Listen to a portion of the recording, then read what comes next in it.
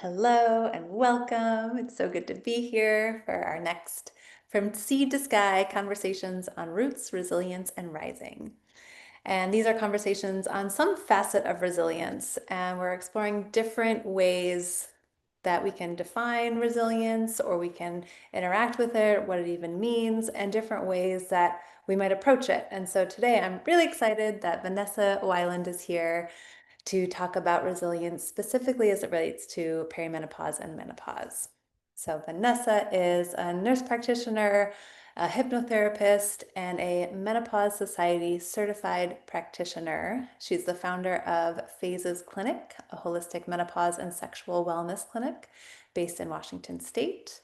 As a menopause certified practitioner, certified clinical hypnotherapist, and board certified adult gerontology. Gerontology. Gerontology. Thank you, nurse practitioner. With over a decade of experience, Vanessa is dedicated to providing compassionate, clinic-based care to support individuals through the menopause transition. So glad you're here. Thank you. Thanks for having me. Sorry that my bio is a tongue twister. No, it's good. It's good. It's good for me to practice new words. I haven't said that word in a while, maybe ever. So I'd love to start with just what is one daily practice that strengthens your own roots, nurtures your resilience, or helps you rise in the face of challenges? And you can either say that in general or like how it specifically relates to your own hormonal health. hmm Yeah, I think taking walks, but then on the walks, trying to be intentional. I can easily be in my head and just like not even attend to the entire walk. So just like trying to notice like certain things in nature that are charming or interesting and trying to pull myself into the present. Mm, nice. And I feel like that's such a useful thing as we're understanding our bodies too. Like as a yoga therapist, like awareness is such a big deal, or even just like noticing, tracking cycles, what's happening in my cycle, what's happening when I'm ovulating versus when I'm bleeding. Mm-hmm. And then as we go into perimenopause, like that awareness piece can be such a huge facet to Yeah. understanding how we're going through that process. Great. And then how do you personally define resilience? And then resilience in general, and then resilience as it relates to what it looks like in perimenopause and menopause. So, I mean, when I think of resilience, I think of like a stick-to-itiveness, like you get knocked down and you get up again and try again. Something that I've noticed in perimenopause is that as your ovary hormones are kind of out of whack with your egg supply diminishing, that can throw off other hormone systems in your body, including cortisol, which is your stress hormone.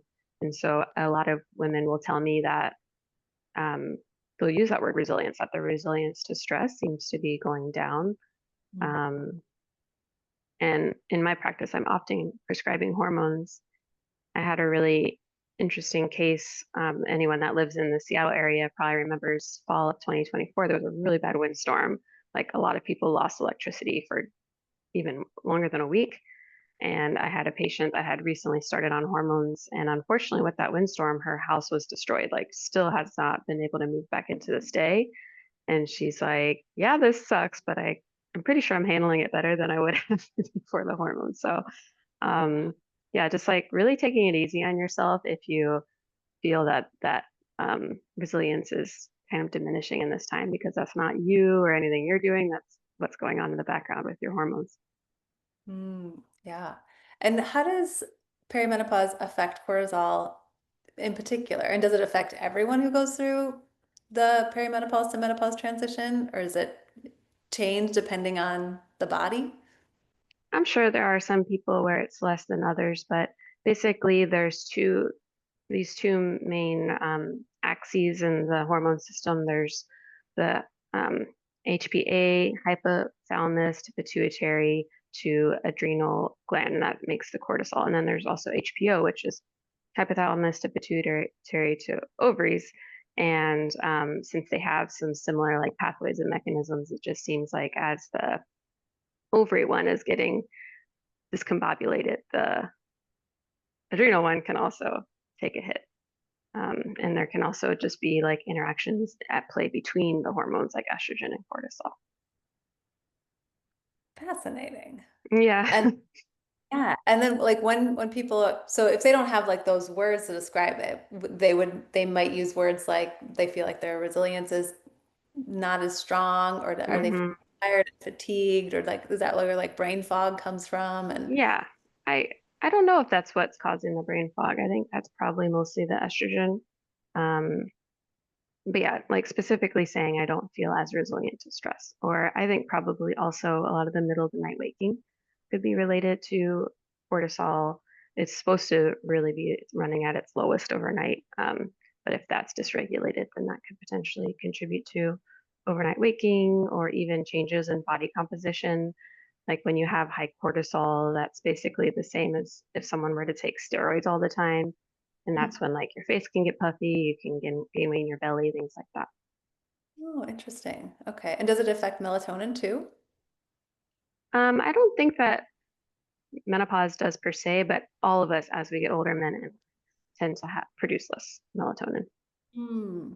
Okay. Got it. And then in your experience, like what feels like the opposite of resilience as a woman goes through this transition from perimenopause to menopause? Yeah, I'm hearing like a lot of shorter fuse, Mm, like maybe with your family or your partner or at work, you can normally like kind of hold space for things. And honestly, it's not always a bad thing. And my patients will agree with this too. Like I think a lot of us, particularly women, can really put up with a lot more than we should.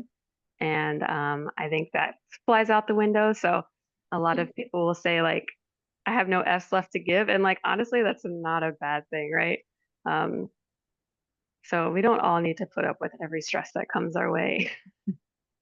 right, right. Um, Yeah, which could be a really interesting kind of look at approach to the transition of like, how is this actually a really beautiful transition versus, oh, it's mhm. hard, it's going to be hard. But like some of those conditioning that we may have been taught and utilized for lots and lots of reasons throughout our lives maybe starts to fade a little bit in that Yeah. process.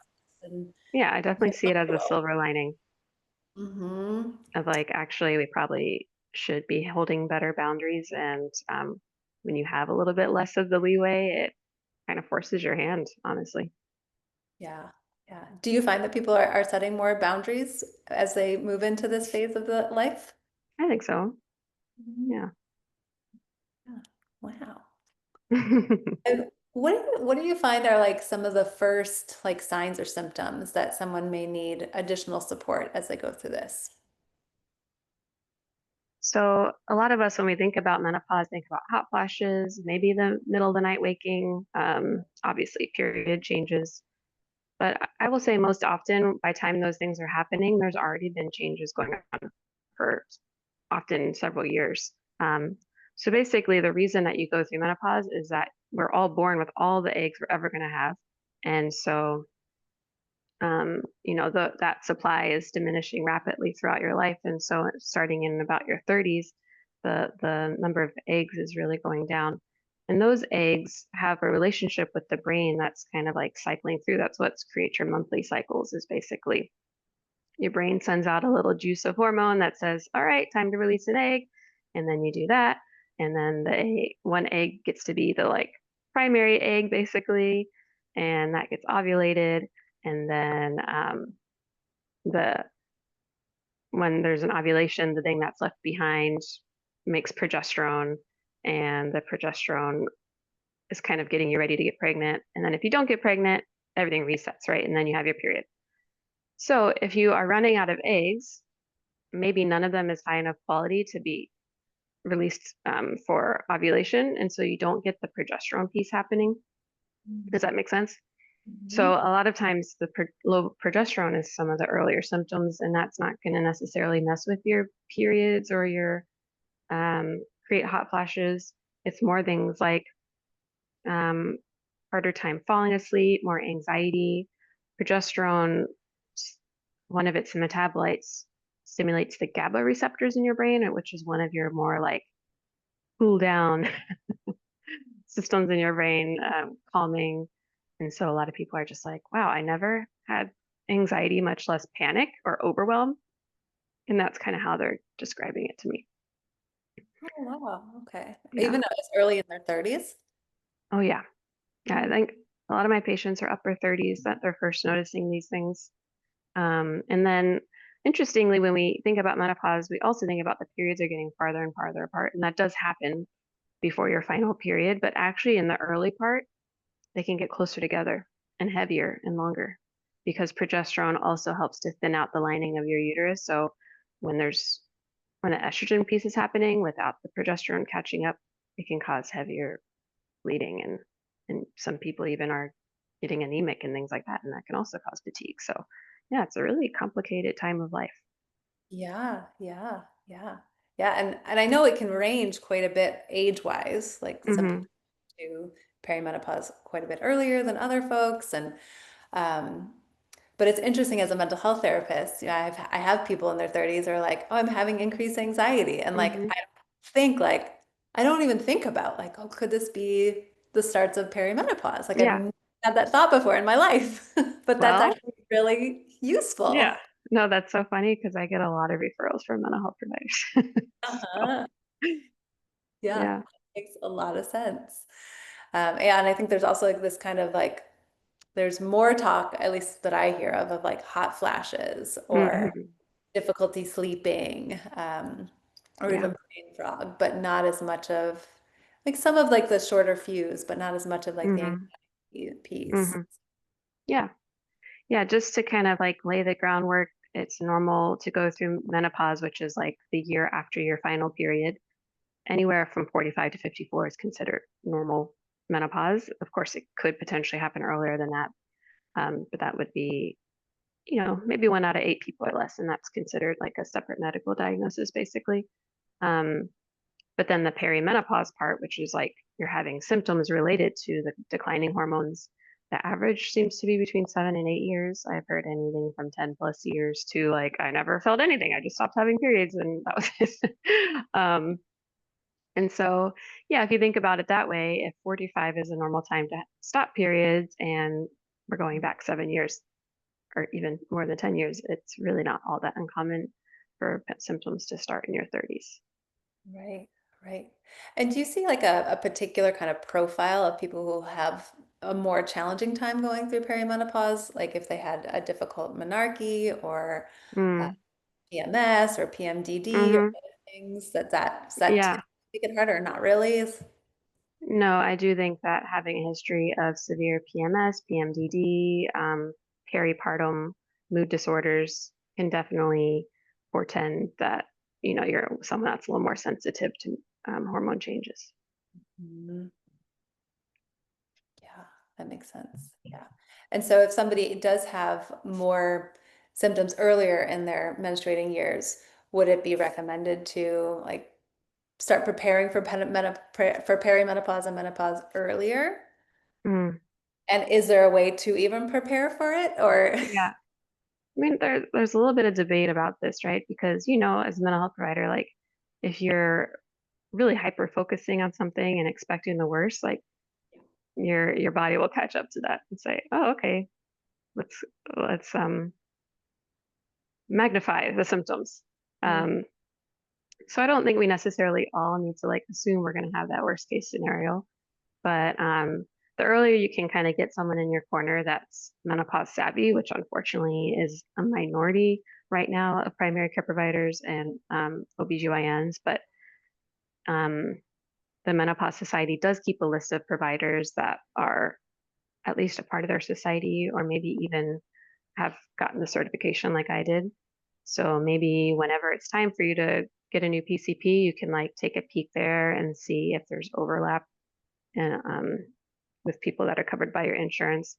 Or of course, people come see me because they do discuss these things with their primary and their OB, and they don't really feel like they get anywhere with that. So then maybe they come see a menopause specialist. So that's always an option.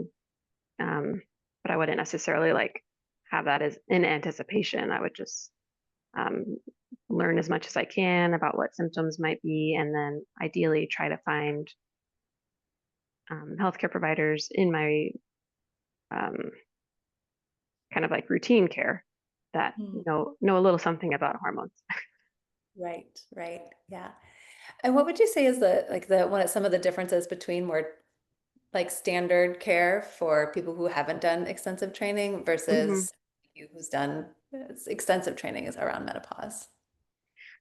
So it's very popular in perimenopause to treat with birth control pills, which is kind of like a two for one because obviously it prevents pregnancy, which can happen even as you're in perimenopause. And I've heard that women in their 40s actually have the second highest rate of unwanted pregnancies after teenagers. So definitely something to be keeping in mind. And, birth control pills do replace hormones. So for some people, it's perfect. It treats they're not having hot flashes, they're not having heavy bleeding, they can't get pregnant. Like it's covering all the bases. The birth control pills don't have um, the hormone levels are higher to stop your cycling. That's kind of how they work. So it's a naturally high level of hormone, and it's also not the exact same hormone that your body would make. It's something very close, and it like also locks into the receptor like a key, but maybe not exactly the same key. Does that make sense? So for some people, they just don't feel as well on it. We know that birth control can affect your interest in sex. It can cause vaginal dryness. There's side effects with it. But I would say that's the typical go-to. Unfortunately, some people are still kind of like, let me throw an antidepressant at you, which is um, it's a reasonable option if someone actually can't use hormones because maybe they're a recent breast cancer survivor or something like that, but it shouldn't be the go-to in my opinion. And it's considered off-label. So, um, there's all this like naysaying about menopause providers using anything off-label when like all the menopause care still now has been off-label use of antidepressants. They can help with hot flashes. That's why. Um, Antidepressants can help with hot flashes? yeah, several of them can. So, and of course, can help with the mood symptoms. Mm-hmm. So, yeah, those are kind of the two common treatment plans that I hear of before people come to me wanting to try menopause hormone therapy, which, as I said, can't prevent pregnancy. So, you need another backup plan there. But it is like similar levels to what you had in your 20s and 30s. It's also the same hormones that your body makes. So, a lot of people just do better on them. Okay. And then how long do people typically go through that until they're through menopause, or do they continue it post-menopausal? That's another area that's strongly up for debate now. None of the guidelines say you need to stop at a certain age or after a certain number of years, but a lot of them do say we should be using it for the least time necessary. So Mm. um, a lot of people will choose to trial coming off of it maybe 5 years after menopause, or maybe estimating if they're not sure because they had a hysterectomy or something like that, and just see if the symptoms come back. A lot of people, even if they never used hormones, their menopause symptoms just kind of never go away. They're called super flashers. So they just keep having the hot flashes forever and ever. So of course, if you come off hormones, those are going to come back. Um, but there's another contingent of menopause specialists or patients that are really interested in continuing them long term. There's really strong data about bone health, Mm. hormone estrogen in particular helping keep your bones strong. Osteoporosis and hip fracture can be a really big risk for women after menopause. And then also growing interest in thinking about hormone therapy to prevent diabetes, heart disease. We do have data there. It's just not considered strong enough to actually recommend it as a prevention, like we would aspirin, for Okay. instance. Mhm. But since the data is building and certainly doesn't look negative, some people are coming to me wanting to stay on it for that reason. And I think that's reasonable. I wouldn't gatekeep that somebody's preference. Mhm. Yeah, and for a while there was like hormone replacement was like seen as bad. And I Mm-hmm. don't know why. It's just kind of like in the milieu of women's. Mm-hmm. And so I'm Yeah. curious, where did that come from? And like what's Yeah. happening with it now? And like where do you see that going? There's actually like a precise date that hormone therapy became bad because a study came out in 2002 and the number of prescriptions dropped by 90% that year.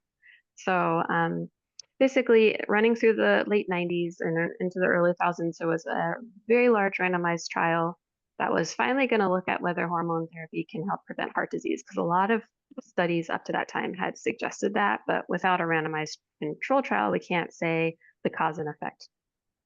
Maybe the women choosing to use hormones were the same ones that are eating healthier, and that's why they had less heart disease, or whatever the case is. So a randomized trial can help figure out cause and effect, because some are on the true hormones, some are on a placebo. And they actually stopped the trial early because they were finding higher rates of heart disease in the hormone therapy group. So they're like, whoops, well, that goes against what we thought, and this is now a dangerous study. They stopped it. And then they actually held a press conference before it was published, which is really unusual, and said, by the way, we also found an increased risk of breast cancer.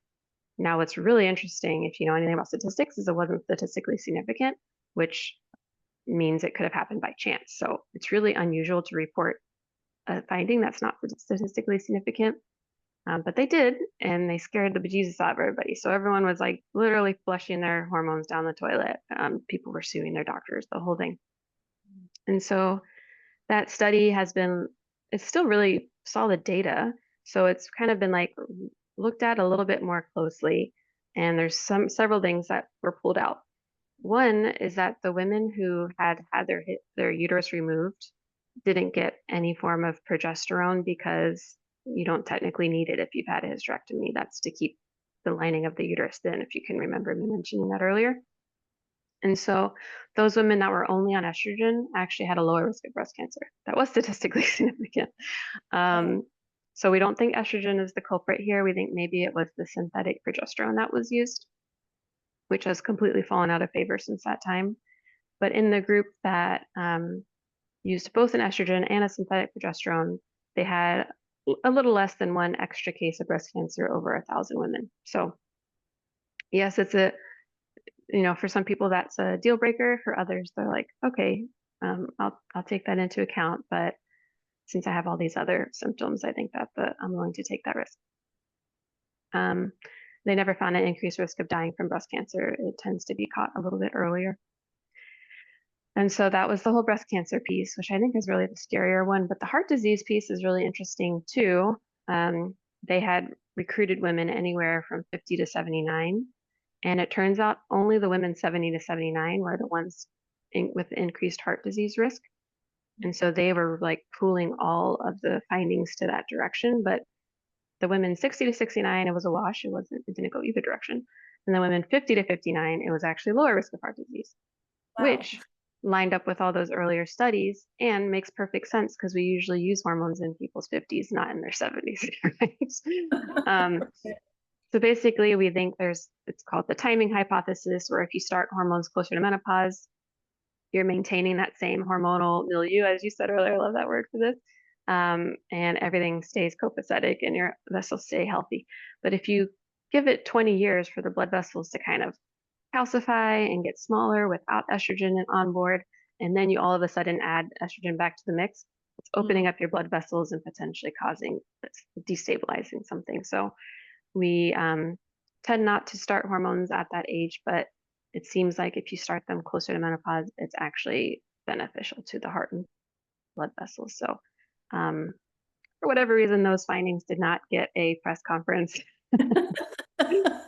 So a lot of healthcare providers are basically still under the impression that it increases the risk of breast cancer and heart disease, and they don't have any of that nuance that I Yeah. just talked through. Okay. And then what's the role of testosterone in menopause? So testosterone doesn't drop off dramatically like the other, like estrogen and progesterone do, because it is made in your ovaries, but it's not tied to the egg count in the same way. Mm. But for all of us, it peaks in our 20s and then it's kind of slowly decreasing. And so, kind of coincidentally, it tends to be running low around that same age, maybe in your 50s somewhere. And testosterone is important for our bones and our muscle and sexual health, especially. And so, as that gets lower, some women will notice that they're just not having quite as much sexual desire as they once did. Now, interestingly, we haven't been able to correlate like a particular testosterone level to a particular level of sexual interest. It can be, you could have no testosterone and like you're in a new relationship and you're still on fire. Like your sexual interest is so complex.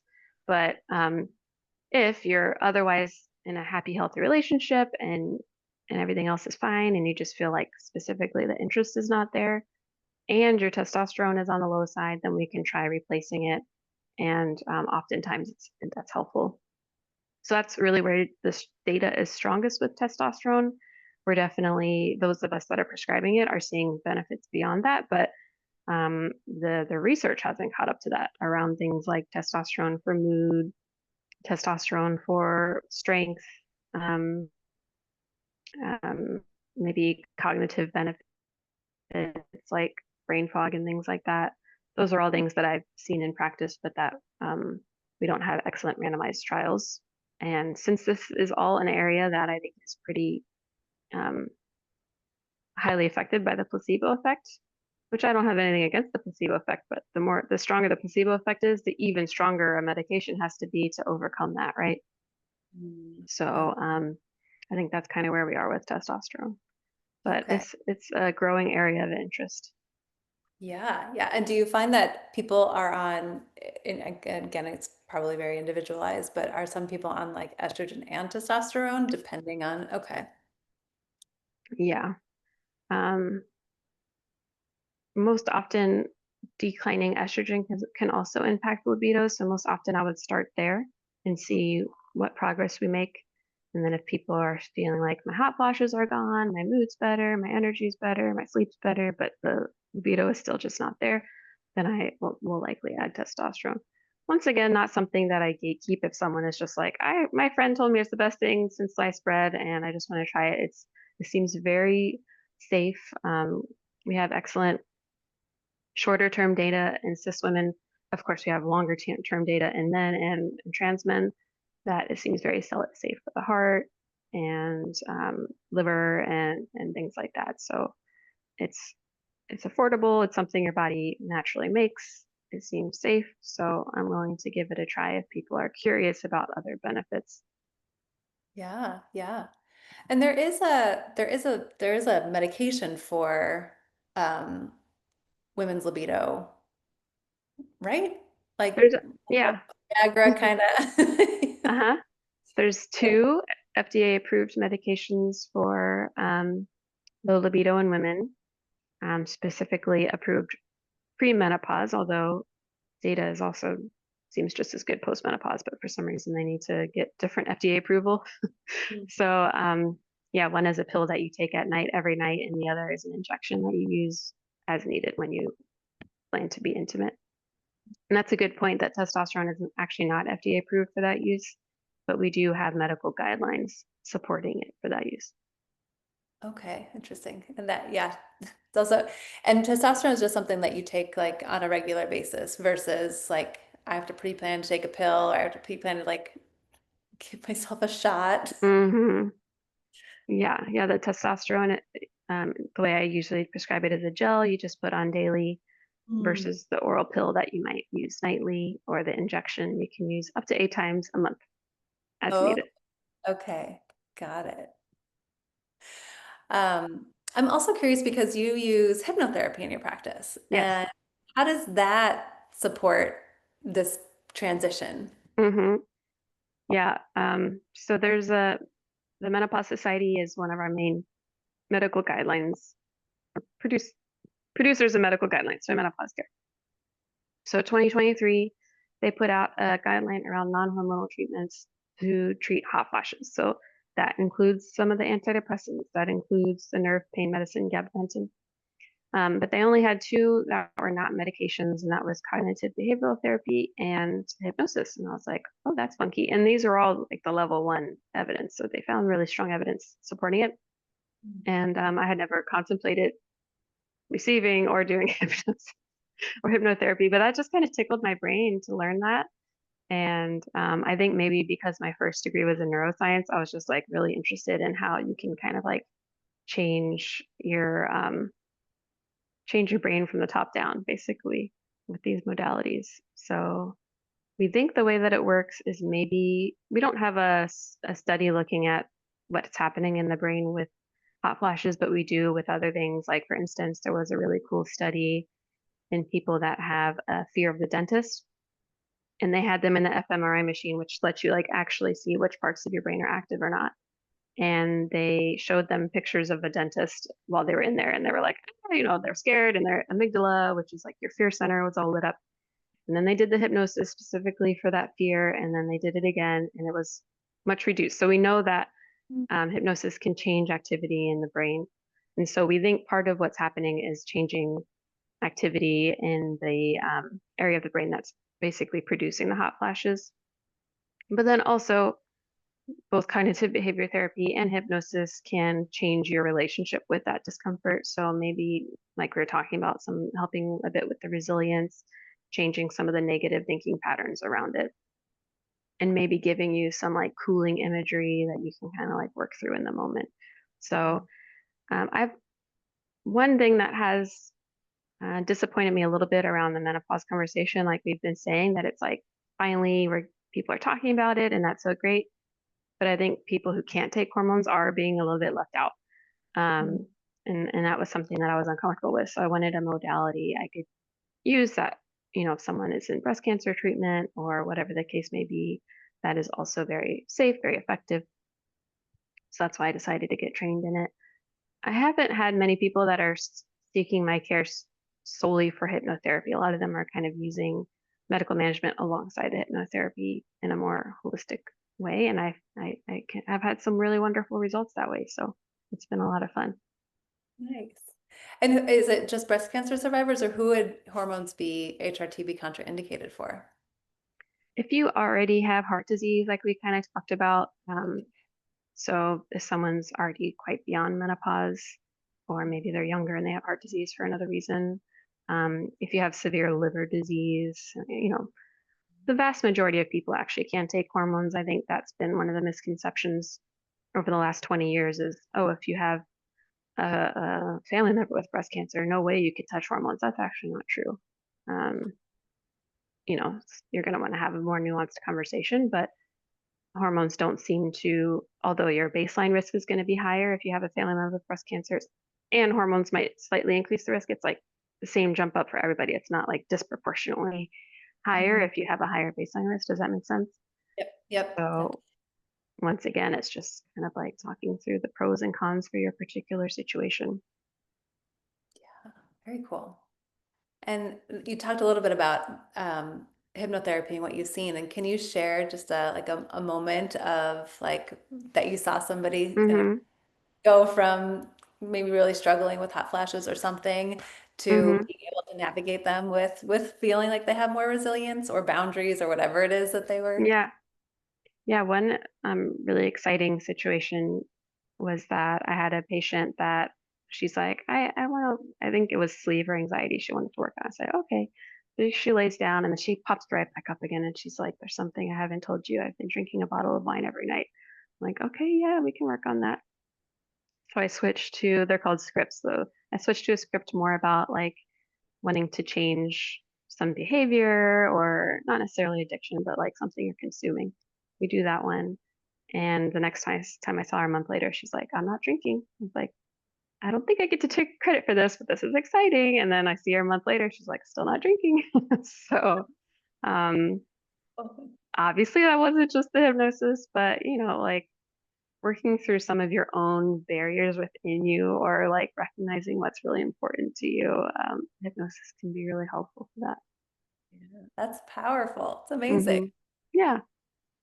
Like, it's like when you're ready for it, like that can also just kind of like Yes. just being able to say it and then Hmm. to have the opportunity to go, okay, what if I do want to do something different with this? Hmm. Yeah, that Cool. took a lot of bravery. That's Yeah, really good to hear. absolutely. So if you could give one piece of advice to people who are at menarche, who are in their menstruating years, who are starting their perimenopause journey, whether they're aware of it or not, and who Mhm. are just going into menopause, what would you say to those four different phases of life? Yeah, I think for all of them, we've kind of been talking about how different people have different level of sensitivity to hormone fluctuations because obviously all of us have them throughout our life, but it's like a little more intense in puberty and a little more intense in perimenopause. And so, any kind of way to track that, there's obviously a lot of online ones, but then there might be like concerns around data safety. I think several of them do take that into account, but just helping you, anything that helps you connect the dots so that you can maybe say, oh, I'm having this symptom like breast tenderness before my period, but then if I drink a lot of coffee, it's even worse, or like whatever. Helping you put two and two together so you can just treat the root cause of issues to the best of your ability. And then when you do seek care from someone else, the more of those associations you've made that really can help me as the provider figure out what might be going on. Yeah, yeah, that makes a lot of sense. Absolutely. So, is there a practice you would like to share that can support planting our seeds so we can fly high to the sky Hmm. around wherever we're at in our hormonal journey? Yeah. Did you say that you wanted to actually do a guided Yeah, meditation if there's yeah, time? yeah, that would be great. Do you have Okay. time? I do. Let me just see what my daughter wants first. Sure.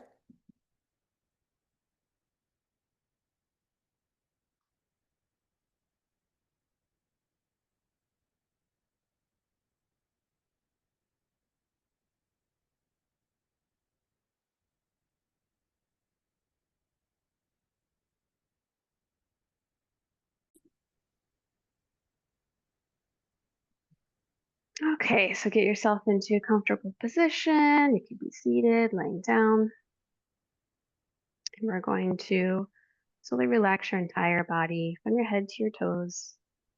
Take a deep breath in all the way up. And as you let it out, release, relax, let it all go. One more deep breath in all the way up. As you let it out, drain all the tension in your body right out through your feet. And if you haven't closed down your eyes, you can close your eyes down now. Just allow yourself to go deeper and deeper into relaxation.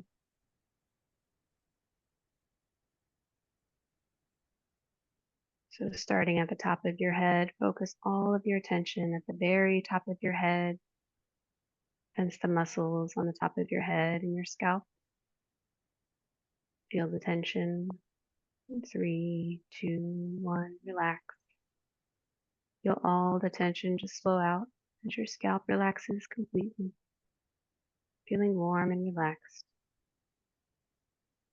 Bring your attention to your forehead, all of your attention focused on the muscles of your forehead. Frown your eyebrows down. Feel how the muscles of your forehead tense up.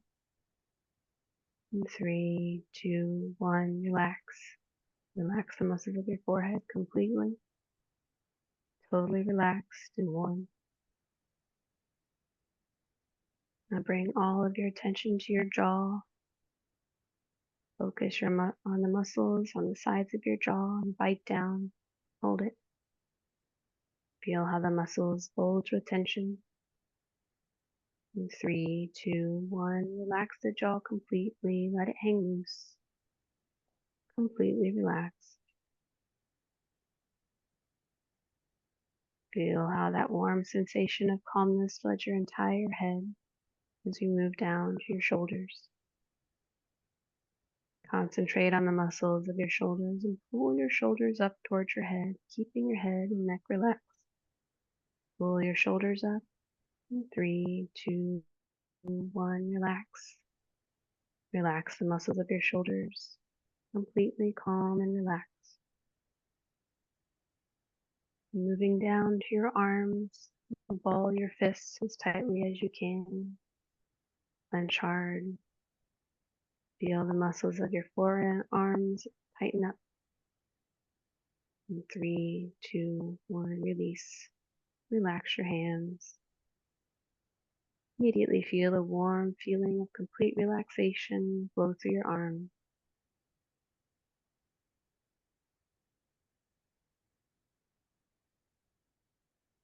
Continue down to your upper legs. Bring your focus, your attention to the big muscles of your upper legs. Tense those muscles up, just the upper legs. Hold it there. Feel a burning sensation develop. In 3, 2, 1, relax the upper legs. Feel the relief in the muscles. Sense of complete and total relaxation flow through your legs, making them feel warm and heavy, grounded beneath you. And now move all the way down to your feet. Focus on your toes. Bring all of your attention to your toes. Pull your toes up and back. Feel the strain in your toes and your shins. In 3, 2, 1, release. Relax your toes. Let it go. Let all of the tension go. Notice how your entire body feels warm and relaxed, feeling heavy. Feel the complete and total relaxation from the tip of your head all the way down to the tips of your toes.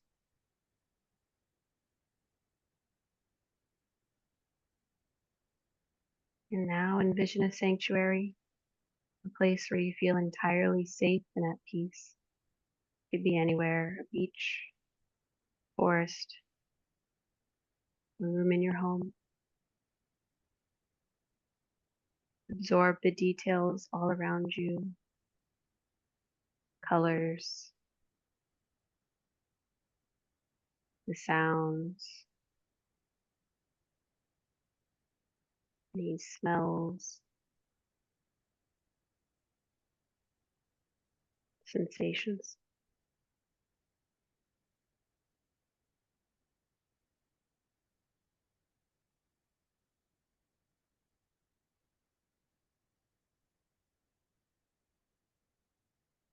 In this deeply relaxed state, imagine your heart enveloped by a warm golden light. This light represents compassion, safety, and social connection. Feel this light spreading through your entire being, reaching out to those you love, and even those you barely know.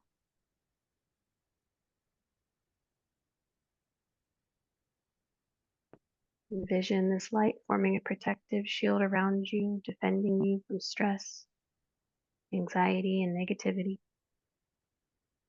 When you face challenges, remember that this shield is there, ready to be activated through your breath, through touch.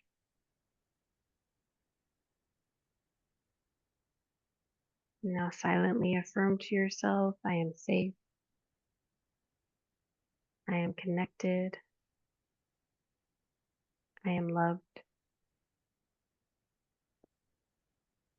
Feel how these affirmations resonate with every cell of your body, nurturing your ability to transition more naturally into this state in your daily life.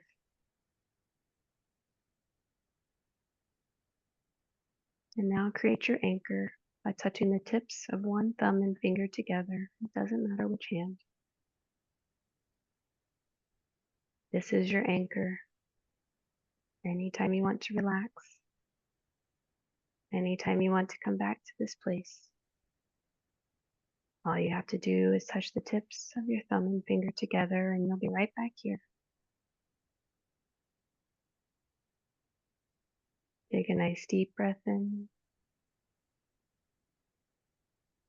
As you let it out, release your anchor, relax your hands.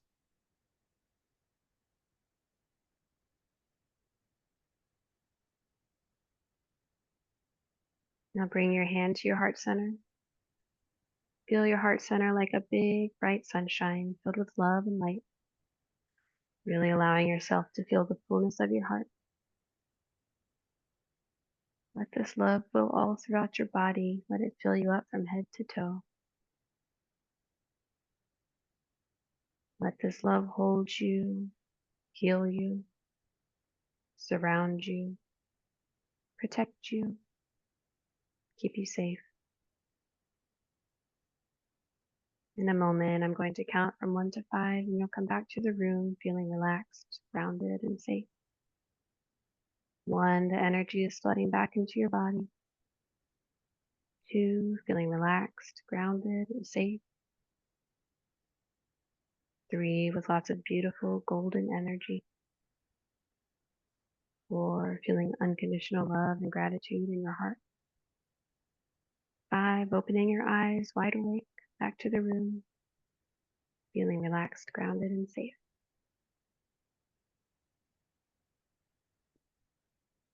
Mm. So I use that sanctuary in my daily life when I need a little calm, when I'm at the dentist. So hopefully you find that helpful. That was so beautiful. I really love the anchor, just that Mhm. embodied way to like, I can always reconnect back to this as a remembrance. So Yes, exactly. it's really meaningful. Thank you so much. Thank you. Well, thanks Great again conversation. for having me. Of course, of course. And is there anything that you want to share with people about how they can connect with you or Mhm. follow your work or have a session with you? Yeah, so if you're in Washington, I can see you anywhere virtually, or I have clinic space in Shoreline, Washington and North Bend, Washington. And so you would reach out through phasesclinic.com.